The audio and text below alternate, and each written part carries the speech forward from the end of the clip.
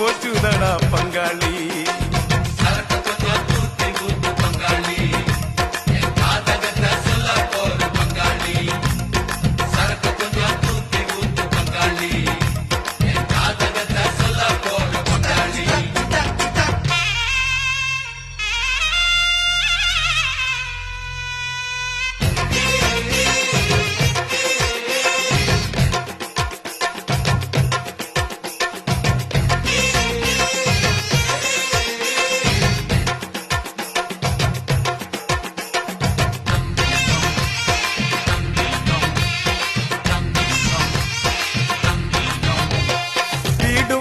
தோட்டம் குறவு அத்தனையும் 2 இல்ல 4 கூட வச்சுக்கடா.